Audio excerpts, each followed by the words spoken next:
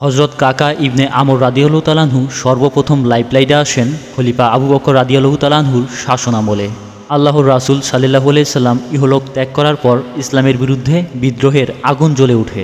এই আগুনে সবথেকে বেশি ঘি ঢেলেছিল কয়েকজন ভণ্ড নবী। তবে খলিফা আবু বকর রাদিয়াল্লাহু তাআলা আনহু অত্যন্ত কঠোর হাতে তাদেরকে দমন করেন। এই আগুন নিভাতে খলিফা আবু বকর রাদিয়াল্লাহু তাআলা আনহুর প্রধান অস্ত্র ছিল হযরত খালিদ বিন ওয়ালিদ রাদিয়াল্লাহু তাআলা আনহু, যাকে স্বয়ং আল্লাহর নবী উপাধি দিয়েছিলেন সাইফুল্লাহ, অর্থ আল্লাহর তলোয়ার।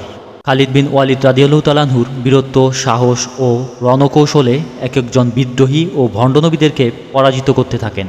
ভণ্ডনবীদেরকে পরাজিত করার পর খলিফা তাকে নির্দেশ দেন পারস্যকে ইসলামের ছায়াতলে নিয়ে আসার জন্য।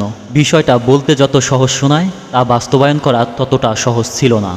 আজকের দিনে মার্কিন যুক্তরাষ্ট্র ও রাশিয়া যেমন পৃথিবীর মধ্যে দুই কড়া শক্তি, তৎকালীন পারস্য ও রোমান সাম্রাজ্য তেমনই ছিল দুই সুপার পাওয়ার।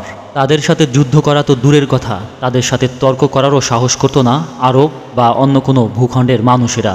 কিন্তু খলিফার নির্দেশে সেই দুর্ধর্ষ শক্তি পারস্যকে আক্রমণ করে বসেন হযরত খালিদ বিন ওয়ালিদ রাদিয়াল্লাহু তাআলা আনহু।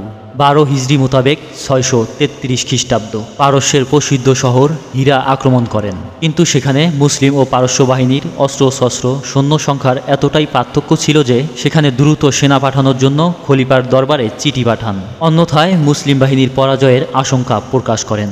হযরত কাকা রাদিয়াল্লাহু তাআলা আনহু, যার কথা আমরা শুরুতেই বলেছি, তিনি তখন মদিনায় অবস্থান করেছিলেন। খালিদের চিঠি পাওয়ার পর খলিফা তৎক্ষণাৎ তাকে ডেকে পাঠান এবং হীরার উদ্দেশ্যে রওনা হওয়ার নির্দেশ দেন। আশ্চর্যের বিষয় হচ্ছে, যেখানে খালিদ বিন ওয়ালিদ রাদিয়াল্লাহু তাআলা আনহু একদল সেনা পাঠানোর আবেদন করেছেন, খলিফা পাঠাচ্ছেন সেখানে মাত্র একজন সেনা। বিষয়টি ওমর রাদিয়াল্লাহু তাআলা আনহু ও খলিফার অন্যান্য পরামর্শদাতাদেরকে অবাক করে। তাদের মনোভাব খলিফা আবু বকর রাদিয়াল্লাহু তাআলা আনহু বুঝতে পেরে তাদেরকে বলেন, এই যুবক একাই 1000 যোদ্ধার সমান। সে যেই বাহিনীতে উপস্থিত থাকবে সেই বাহিনী কখনো পরাজিত হবে না। একই কথা লিখে তিনি একটি চিঠি ধরিয়ে দেন কাকার হাতে আর বলে দেন পৌঁছানোর সাথে সাথে তা খালিদের হাতে হস্তান্তর করতে। খালিদের বাহিনীতে যোগদান করার জন্য বিদ্যুৎ গতিতে ঘোড়া ছুটিয়ে দেন হযরত কাকা ইবনে আমর। তিনি যখন সেখানে পৌঁছায়, খালিদ তাকে একা দেখে কিছুটা অবাক হয়। তবে খলিফার দেওয়া চিঠি পড়ে তিনি আশ্বস্ত হন, কেননা খলিফার বিচক্ষণতা সম্পর্কে তার সংশয় ছিল না। তিনি কাকা ইবনে আমরকে বিভিন্ন দলের সেনাতে নিযুক্ত করেন। সেই থেকে হযরত কাকা রাদিয়াল্লাহু তাআলা আনহু কমান দিতে শুরু করেন, কেন তাকে 1000 যোদ্ধার সাথে তুলনা করা হয়েছে। কখনো মুসলিম বাহিনীর অগ্রবর্তী দলের নেতা, কখনো গতিময় অশ্বারোহীর টহল দলের নেতা, কখনো সম্মুখ যুদ্ধে দ্বৈত লড়াই। তৎকথা যে কোনো যুদ্ধে, যে কোনো ফাইটে বীরত্বের প্রমাণ দেন তিনি। তবে তার বীরত্বের